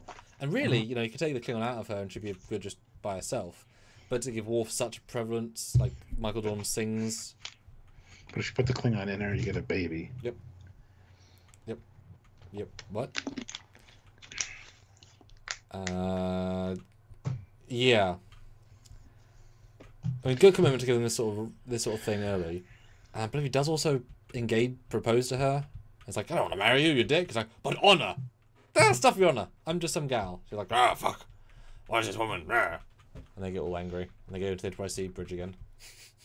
To be. Oh, and of course, Admiral Clancy might be in this. Because they've got Lieutenant Clancy. Yeah. Ah, man. I maybe say B, but like I say, the story's fine. It could be a lot better. Like if they had any new shots to Katinga, that lets it down quite a lot because they know they can't commit to that bit even at all. So it's just not lazy, just reuse. But I'd say a proper shot of them together would elevate it so much to kind of breach that gap. Yeah, but that doesn't take anything away from the story. Well, that's what I'm saying. The story is only okay. That would have elevated the. I think the story's better than only okay. I mean, the execution's better than okay, but the story itself is I know what I mean. Yeah. Yeah, B for character work, but she's real close to some of the stuff in C, which was obviously in B. So, for me anyway, the chart has been moved. It's nice to see the continuity of having the holographic fighting thing already paid off, etc. All right, classic for real $1 in support of our Shot Vash. Does that mean he's a Jat Vash then if he's the one supporting it? Did he shout out himself?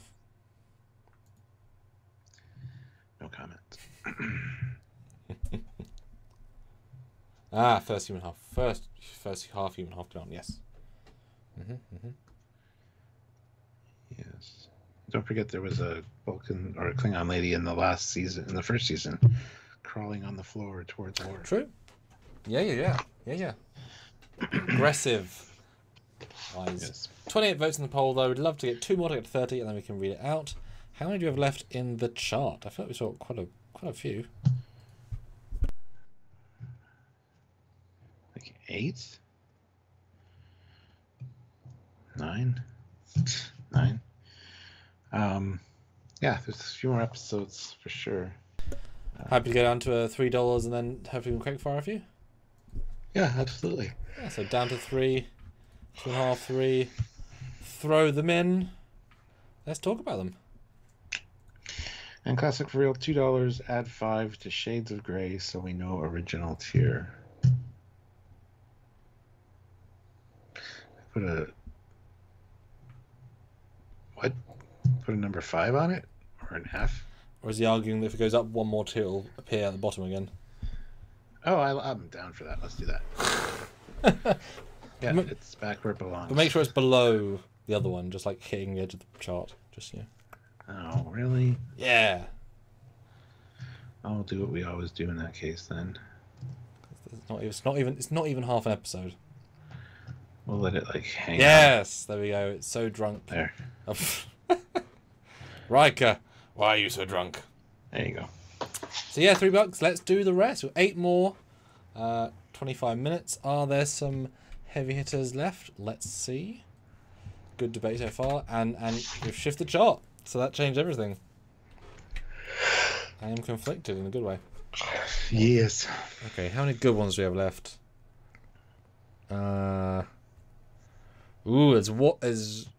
There's one great one.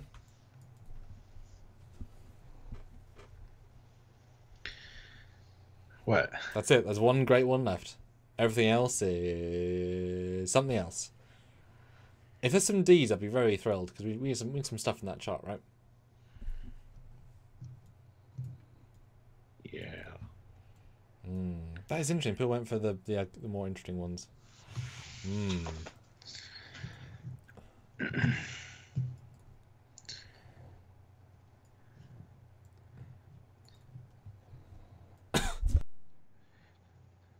And the one that you got confused about yesterday with the what's it called? The two Picards. Oh yes, yeah.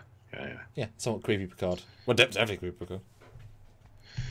Olivia Julius, $5. In that case, elementary tier data to F tier. No. I can only move it down to A for that. You're not classic for real. You don't get special privileges. Okay. I mean, okay. He has so many rainforest ships in the buffer to pull to weirdly move things, right? Yeah.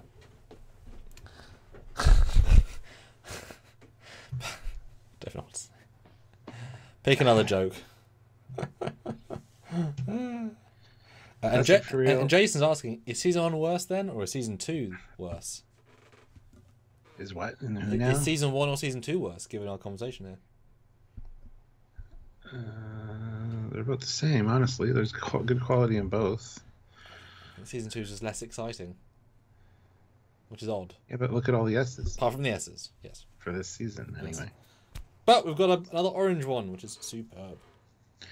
Classic for real, $24, $3 per episode now. Here you go. Well, thank you. All right. Let's have a party. Then Olivia says, then to a tier. Yeah, it's already in a tier. It's in the S tier, so I'm going to leave it there. To A tier, she means. Yeah, but she didn't put A in capitals, which means she just said then to a tier. So it's already in a tier. Right, the one where Data, the pen pals, maybe, the one that makes a friend. Ooh, pen pals. Good makeup on the kid, genuinely creepy. Don't know if it's meant to be creepy. Kind of like a doll. Yeah, it's got the weird long fingers. Really good idea for a story. Not the best executed, but that's the season 2 of it, right? I don't remember the B or C plot, just the A plot. Yeah, her planet's going to be destroyed. Blah, blah, Oh yeah, blah. Prime Directive, isn't it? Yes. You And can't go and help, but literally listen to this kid and that like did. Yeah. yeah, it's kind of a gut-wrenching one in a few parts for sure. Data breaks the Prime Directive, gets in shit for it. You know. Goes through a TOS set. Because boy, is that a TOS set right there. Hey, straight out of Kirk holding the penis. That's a stalactite. Oh. We got Picard riding a horse. Yeah? Actual outside filmed, which is cool. Got the whole meeting of, well, now this has happened. Thank you, Data. What do we do now? Yep. And then they fix the planet and put her back. I guess.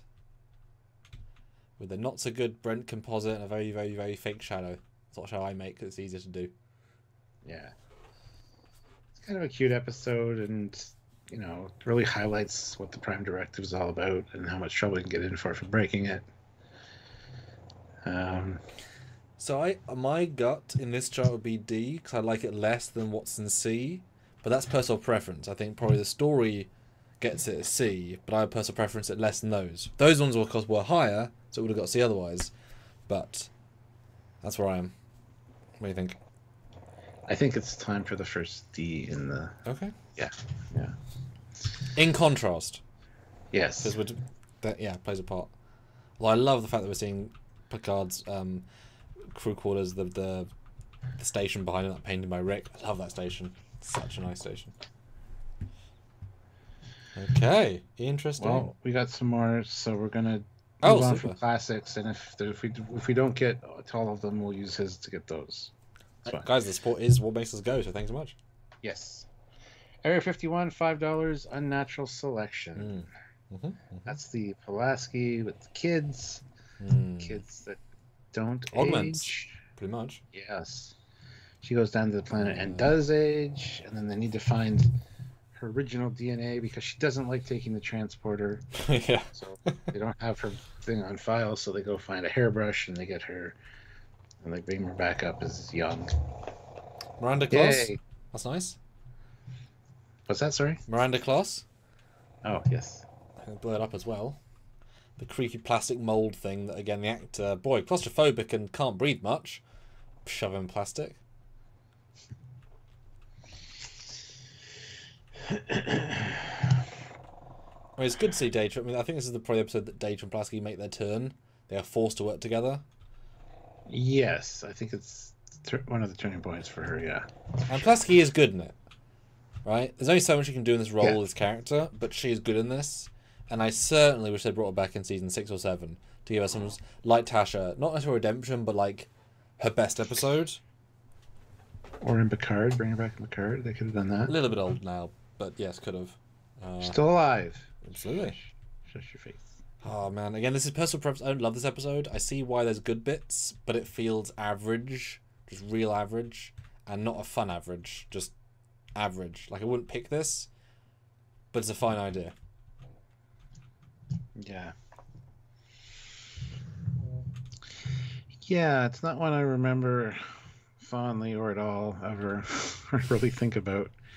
But I mean, it ends with a bang. Literally, they blow up the Miranda class, the Lantry. So it's a really good one if you want to rebuild, which I have, looked at the shuttle set. I would say D for this, just because I think it's on par with the Pen Pals. Yeah, it's a good story. I do know that. It's very well acted by Pulaski. Again, had it been in season 5, it'd be a much better episode. Yeah. Yeah. So yeah, we'll put that at D. Yes. 31 votes in the poll, though, is the best episode of season 2, peak performance, or Measure of Man. Measure of Man wins at 68%, but 32% of you did say peak performance. Interesting. Okay. We got Ozzy with $5, Times Squared, 2 Picards. Yes.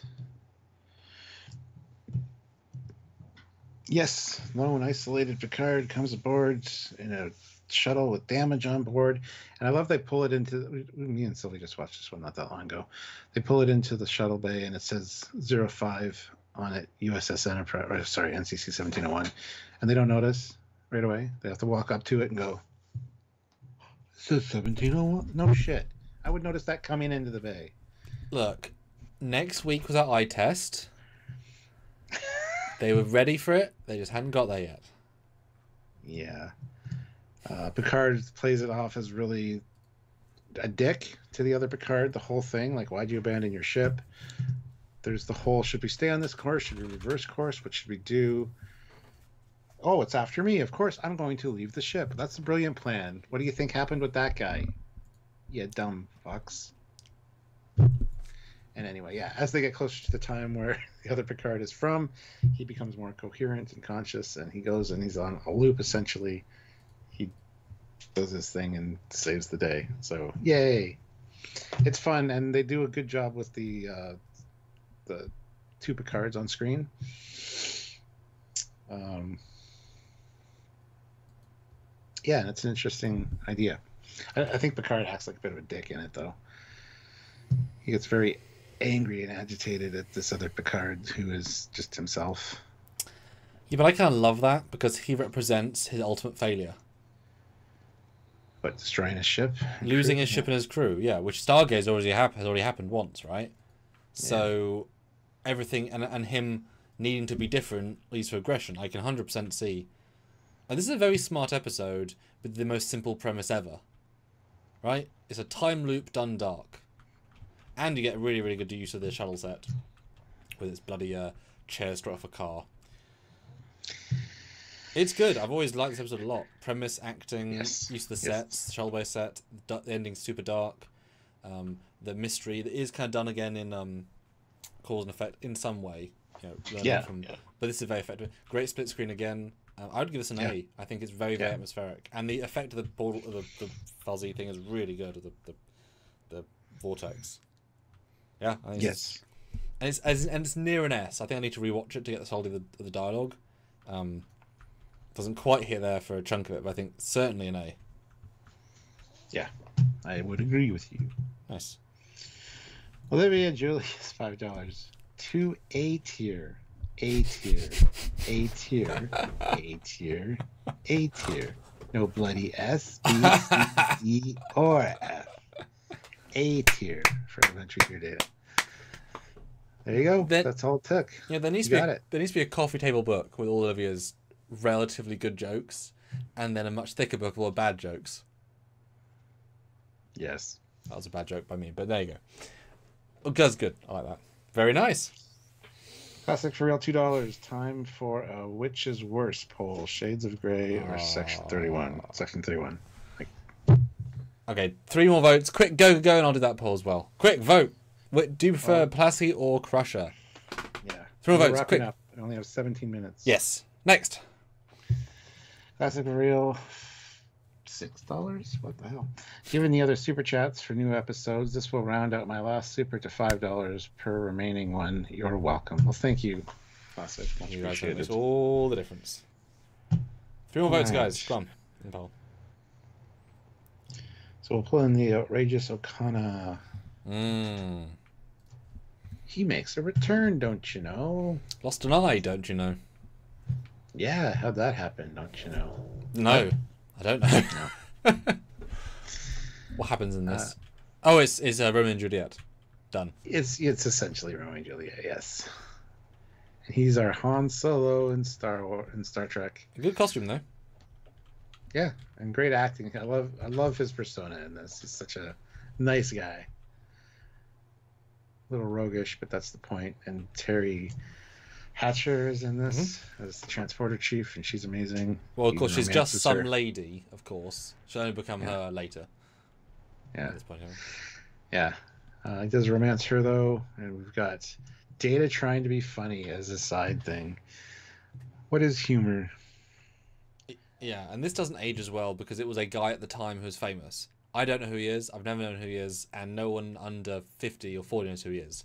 So, if part of the joke is dated by its nature, I never thought stuff was great, although the end's good of this. The payoff to the joke, but not the joke itself, I think. Yeah. Boy, that guy's bridge set is just some grating. No expense spared. Spared no expense. Yeah. Yeah, it's Romeo and Juliet. So it's not super memorable, which is really weird, because it could be. Yeah. It just isn't. I'd say it's a gentle C. I like it less than what's in C, but I think it's solid. It's more solid than D, because I think the story's pretty solid. It's more solid than D. Well, you need a little blue pill. Yeah. What? C it is. But it's the lowest of the C's. I think it's probably better than D's. Do you know what I mean? Yeah. Just for Okana, because he's a great character, the data stuff's alright. But the main story with the kids that are in love and the family feuding is just boring. So yeah, I don't know, man. And if they'd got really good character actors to play them, but they didn't. Yeah. Yeah. Good, but not great. All right. Next up, we've got the Dauphine. Yes, she's cute. She is, yeah. Worf almost goes out with the helper. Yeah, he takes on a little shapeshifter dude.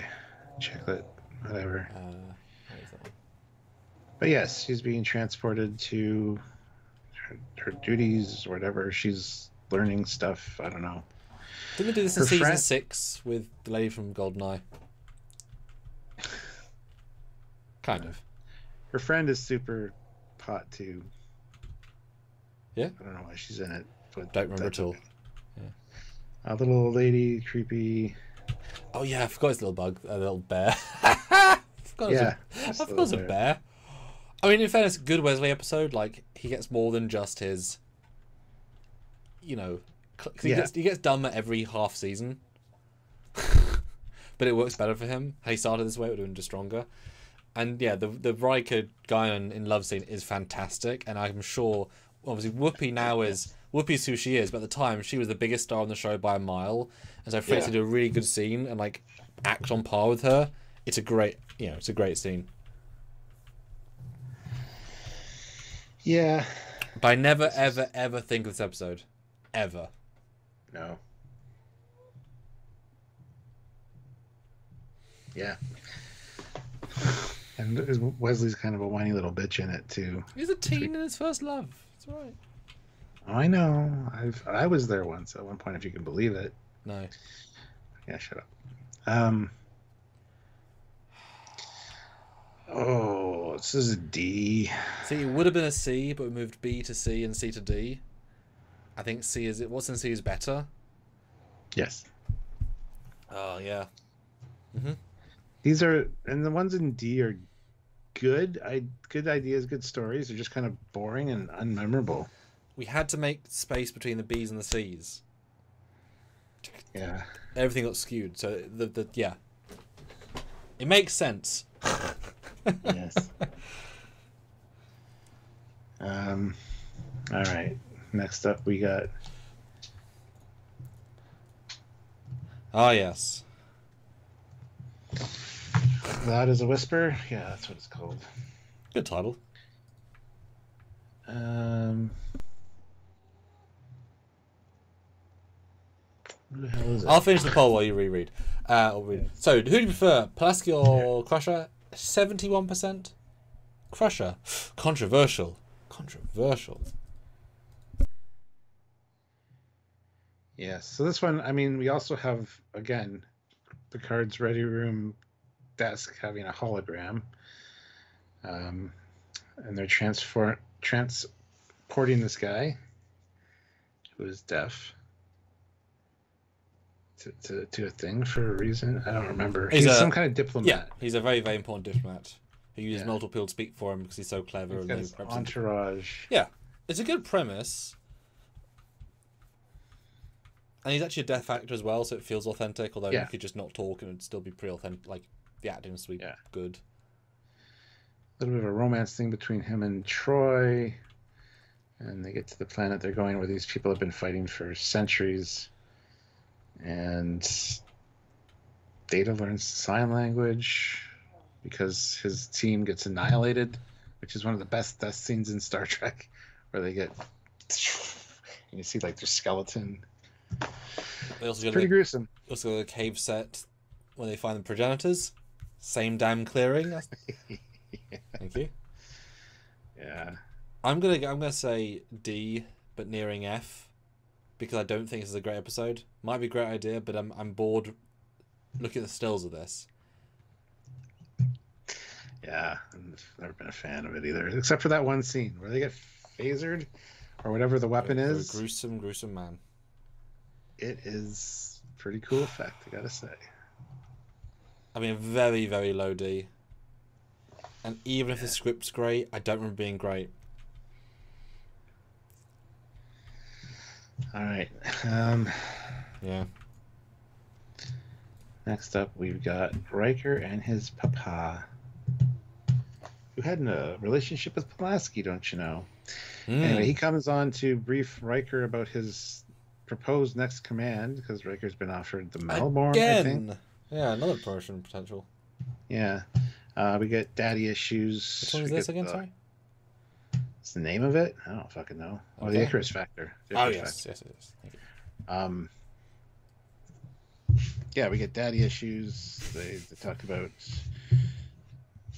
Riker's mom a little bit. Find out that Kyle Riker and Pulaski, have a history together. Boy, had it revealed that Pulaski was his mum, you know what I mean? That would have been a... Yeah. Does this guy like Gene Roddenberry, though? He's not bit. cast because he looks like Gene, because he's got really similar vibe. And we get Ambu Jitsu. Yes. And Pulaski gets all pissed off at them for fighting. It's like... Boys, you let stuff out sometimes. Yeah. It's not how to settle your problems. It's like... Yeah. You don't know. And the Klingon famous scene in later things, because Worf's having things. Oh, it's his pain stick thing. His Day of Judgment, or whatever the fuck it's called. And that's Wesley's idea. Yeah. Worf's acting a little off, guys. That's like, we gotta solve this problem. And Data and Geordi are like, we don't have to do anything. This is your problem. Yeah. You fix it. Yeah. Yeah, I'd say C, and again a low C. I wouldn't pick to watch this one. I think the acting's fine. I don't know. Could have been more. Yeah, I think C's fair. But there's not a lot of fun in this episode compared to most of C. You know what I mean? Like, this might actually be D if you add the Delphine and stuff into it. Yeah. What do you think? Where are you going to place it? I think I'll probably leave it at C, if I'm honest. Because I'd much rather watch this one. Yes. Yes. Just to, like, re-remember who the hell Riker's dad is. Just for that alone, yeah, and right? some good Pulaski moments. Yeah. Yeah. And also the Worf thing with Wesley is hilarious. But just. Yeah. Yes, absolutely. Okay. Yeah. Cool. Next. Yeah, I had a feeling that C and D would bulk up near the end. Yeah. I don't even know which one this is. I know that she's on board because she wants Picard, and eventually they say, look at this intriguing young this man in the holodeck who she can't read. Yeah, Manhunt. Where she goes aboard. I assume she's getting married. She's always getting married. Mr. Hom is fantastic. Oh, she's trying to marry him. She's trying to flirt with hunting him. for a man. Yes. Yes. That's fun. And then goes after Riker. And then you get the Dixon Hill next episode, which is better, I think, in a lot of ways, because it's more straightforward. Yes, because he hides in the holodeck while she's there. And the wonderful costume aliens with the drug smuggling people. She's like, oh, No, they're assassins. What? What? No, we're not. No, yes, I hear him. And then leaves. It's like, oh, you're under arrest. What? Yeah. Fish people. Good, not great. Never jumps into high gear, but as I'm scrolling, there are a lot of nice little tiny moments. Yes. And the end gag is fantastic with you can't read him, so I'll fall in love. That's great. So I'd say C. I'm not inspired by it, but I know there's a lot of good little bits in it. And it's a very fun idea. Like a bold idea to throw in. Again, the serious Picard man, and you're throwing a love story with Troy's mum, and it's daft and fun and silly. Yeah, it doesn't hit B for me, but it hits yeah. C. Looking at what's there, yeah, I would agree, I think. Yeah. And vote in the poll, guys. We're asking a very hard question. That's it. That's it? Yes. I'm just double checking to make sure. Oh, yeah. Yeah. Wow, exactly on the 1 second before. Right, quick fire. Do you agree, do you not agree in our chart results? Stuart, how do you feel? Season 2, we got them all in. How do you feel?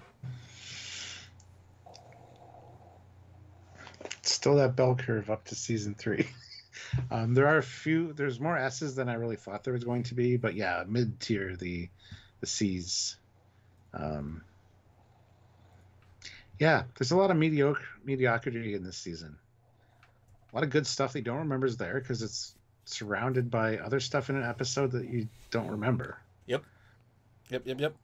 There's no strong standalone really episodes because I don't know.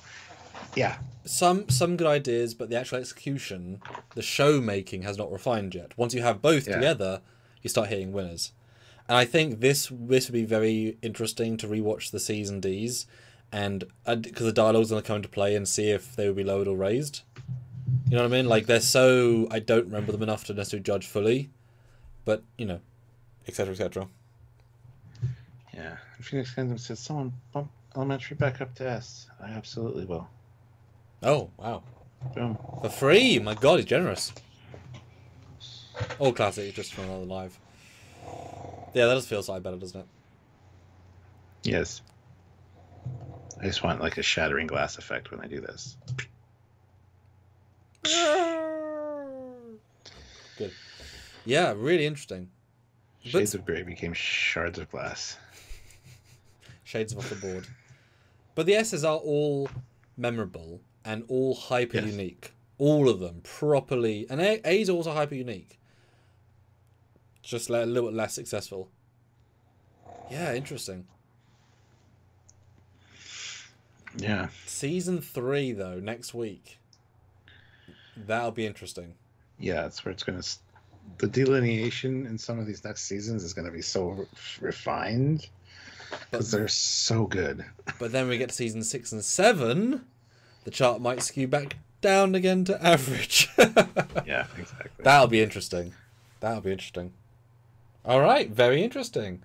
Tune in for Saturday for us doing TMP. That should be fun because it's a weird movie and we're going to comment on small things. And you sent me the files for it. Astounding amount of gigabytes. He's really committed to the bit of the visuals. And I cut back on some of those scenes. Like, I could have done more. And I'm like, no, one reaction shot, one visual effect shot. One reaction shot.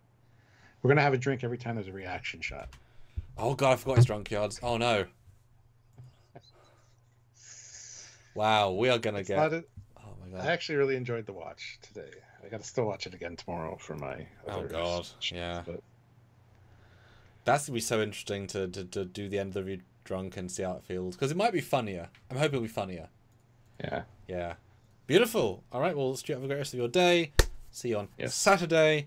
It'll be fun. Thank you all very much for jumping in, super chatting your hearts out. Thank you, Classic. You wonderful, beautiful man.